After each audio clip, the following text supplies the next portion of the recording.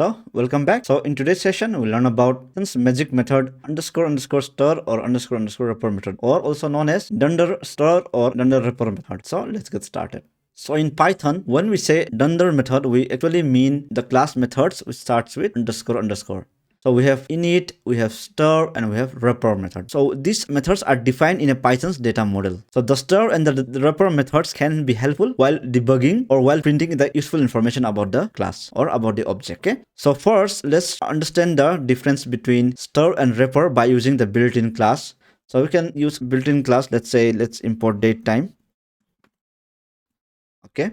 Now let's create a new instance of date. Let's say my date. Let's say datetime dot now. Like this, we have created a new date. So now let's print, let's say underscore underscore str. So we can say my date dot underscore underscore str. We have this dunder method in every object. So we create a new object of this date time. So we say my date. So for every object that is created, we'll have this dunder method. So let's copy paste. Let's say star, and then it will be string, and it will be string of my date. You can remove this. Okay, so this is for the string. Let's have the same for the wrapper method. So we can simply copy paste, and let's say, so instead of this str, we can say repr, and here I can say repr, and instead of str, I can say repr, and instead of this one, I can say repr. So this way we have this object. So we are currently using the built-in class method. Okay? So these are all the built-in class. So I've created a new instance of this class. We have this my date. If I run this code, let's run this code. So you see for this star, we have this string. This is basically all this gibberish. We have this star. This we have used earlier to typecast a integer into a string. So when I typecast this, we are getting the same result, right? If you compare these two, we still have the same result. And if you check this, we have the same result, right? So this was for the built-in class. So now let's comment all this and let's create our own class. Let's say we have a class of shape, class shape. So this class, it will have a, let's define the constructor init. This will get the shape. For example, it will have length, or let's say like instead of shape, let's say rectangle. So it will have length and it will have breadth, right? Or maybe for simplicity, we can say, let's say room, as we have used in the previous example. And here what we can say is, we can say self dot length equal to length, and you can say self dot breadth equal to breadth. Okay, so having length equal to 0 and breadth equal to 0, like having this here and not defining anything here, it's still the same. So when I say self dot length, it will go and create that attribute here. Okay, so it's the same. So like, okay, let's have it. So we have learned. So now let's create a new object of this room. So I will say dining room.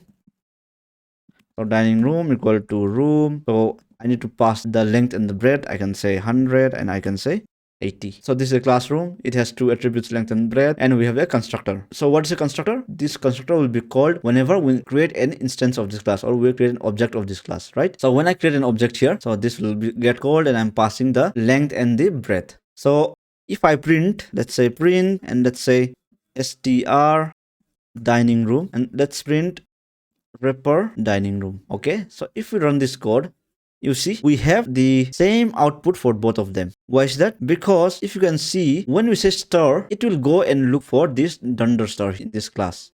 Def, we can have str. So let me just remove this part because we'll learn about this in later class. So here, if I say return Pratap, if I say now, and if I run this code, so you see, whatever I write here, it returns here. I say return Pratap. So in that case, it returns me Pratap. To be specific, let's define both the star and the wrapper. You can say underscore underscore repr. And here, let's return if the length is, you could say self dot length, and the breadth is, we can say self dot breadth. So here, so let's return a string. Let's say f. And we can say, according to the Python documentation, a wrapper should always have the name of this class. Like let's say room. If you can see here, how did we define this room? We defined this room by saying room. Okay. And now I can have this round bracket. Now I can pass these variables. I can say, what I can say here is self dot length. I can say, comma, self dot breadth. Okay, so let's run this code. So now you see when I say str dining room string dining room, so in that case what I get is I see the length is 100 and the breadth is 8. So whatever I return here, I'm getting that. And for the wrapper method, so what am I getting? I'm getting whatever I return from here. So let's say for instance we don't have this wrapper method, we don't implement this wrapper method. If we run this code, you see we have this default, we get this room. Okay, and for the other case, let's say we don't have this star method, and let's run this code. So now we get the same result. Why is that? Because our string function, it will go and search for underscore underscore str. So if it finds that, it will return whatever we are returning from here. But in this case, we don't implement the underscore underscore str. So in that case, it will go into this wrapper method. And if you see this wrapper method, we're returning this. In that case, it will go and return this value. But in the case where there is no star and wrapper, so in that case, we'll have the default, which is we have this room object at certain location. So let me uncomment this. So now you can ask me, when should I use str? When should we use this wrapper? So underscore underscore str is more user friendly, or if you want to demonstrate certain message to the user, then you should use this underscore underscore str. And if you want to give certain message to the developer, then we'll use this wrapper. So underscore underscore this dunder str method is more user friendly, and this is more developer friendly. So this way we can understand about the magic method dunder str and dunder wrapper. So I hope I'm able to make my point. So here, what is the advantage of having this, the class name and the attribute? So let's say I have kitchen. So I want to create a new object. So what I can say is I can write this Python eval command. I can say wrapper dining room. So now if I print kitchen,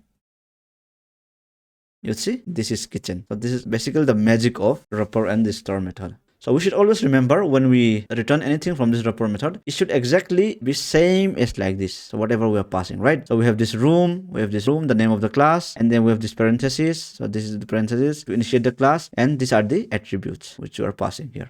So far, we have learned how to use dunder str and dunder wrapper method in a built-in class and also in a user-defined class. And we also learned how exactly dunder str and dunder wrapper is different. The dunder str method is more user friendly. Like if you want to give user friendly output, then we should use this dunder str. And if we want to give developer friendly message, then we should use this wrapper method. So I think this is it from this session, and hope to see you in the next one.